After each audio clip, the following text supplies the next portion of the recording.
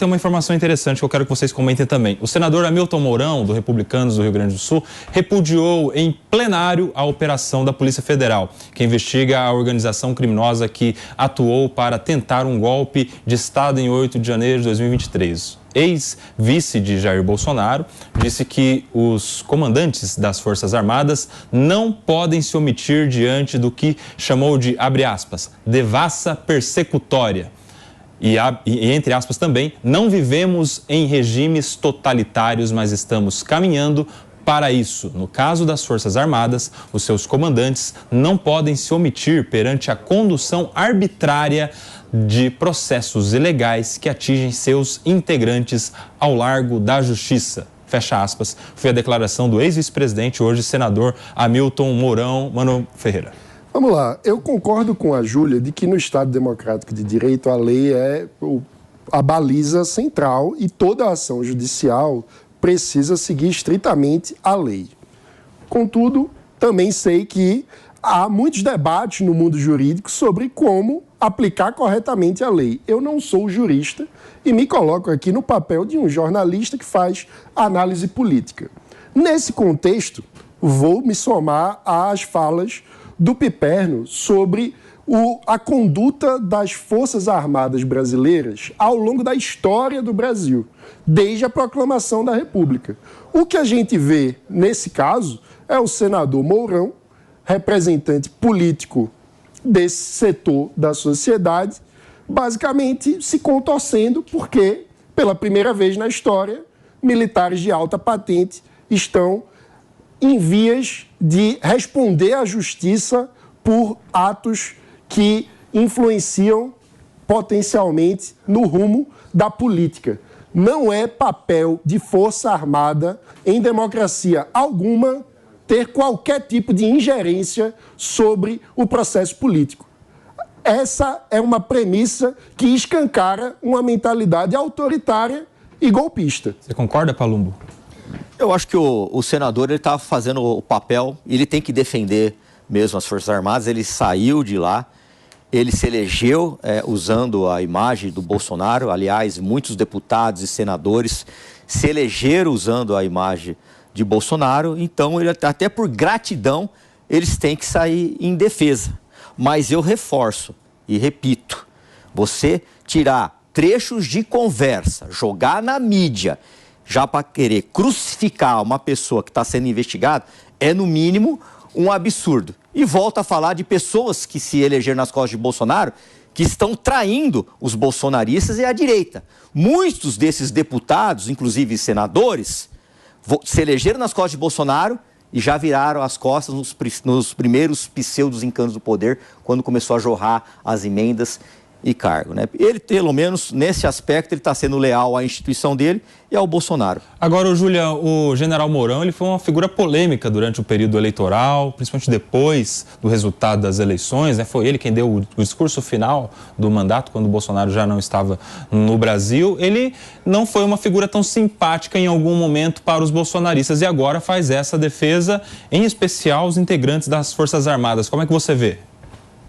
Olha, eu quero concordar 100% com o que o Mano falou. As Forças Armadas não devem se intrometer no papel democrático, tá? De disputa eleitoral. Eu acho que nós temos que entender que ela tem o espaço dela ali, que é de garantir a soberania nacional, de proteger o território. Então, esse flerte, né, com as Forças Armadas como se fosse uma terceira instância, digamos assim, ela não é saudável e não deve ser estimulada. Eu concordo 100% com essa fala do Mano, ao mesmo tempo que eu também entendo o aceno que Mourão fez ontem nesse tweet. Para algumas pessoas, como o senador Mourão, as Forças Armadas elas são vistas como uma espécie assim, de último respiro. Então, se tudo está sendo bagunçado, não estamos tendo normalidade em nada, se, por exemplo, eu não tenho sistema de freios e contrapesos funcionando, ou seja, se um poder está sem limite e quem deveria limitá-lo não o faz, então as Forças Armadas, para algumas pessoas, seriam essa instância para trazer o reequilíbrio dos poderes. Eu também não concordo com essa tese, sempre falei isso ao longo da minha vida política. A gente não pode confundir as estações. As Forças Armadas são extremamente importantes para o país, mas dentro da função delas, tá certo? Eu quero, inclusive, lembrar que assim que foi proclamado o resultado do segundo turno da eleição, o presidente eleito, o presidente Lula, fez a indicação dos 3 comandantes das Forças Armadas e o então presidente Bolsonaro fez a nomeação dos 3. Então, eu acho que isso mostra um pouco que, se a ideia era dar um golpe no 8 de janeiro, não deveria ter sido indicado gente de confiança do presidente eleito. Porque a gente precisa ter uma ideia de que o golpe, ele tem uma série de requisitos básicos para que ele se consubstancie, e um deles é a capacidade de se impor pela força. E força, num país em que as pessoas não têm armas, a força se dá apenas pelo braço armado do Estado. Nesse caso, existiria a necessidade de as Forças Armadas estarem ao lado das pessoas que invadiram o prédio ali do 8 de janeiro. E como as Forças Armadas estariam ao lado, sendo que os 3 comandantes foram indicados pelo presidente Lula? Não tem jeito. Ô, Piperno, eu quero te ouvir também. Uma coisa, Piperno, que eu quero ouvir de você. Claro, tem toda essa questão envolvendo as Forças Armadas, mas é importante não generalizar, né? Até para não gerar preconceito e tal. Porque a gente está falando de alguns integrantes das Forças Armadas que estão em investigação, não necessariamente sobre a instituição, até porque estamos aqui ainda em uma democracia, até boa parte disso pela força institucional das Forças Armadas que se reservaram a cumprir o seu papel. Eu queria sua avaliação sobre isso. São muitas as questões aí abordadas pela Júlia e pelo Mano, né? Bom, em relação ao Lula ter indicado os comandantes antes, não vamos esquecer que ele teve muita dificuldade, por exemplo, em encontrar alguém no Exército, né? Não era uma tropa com alguma hostilidade em relação ao novo governo.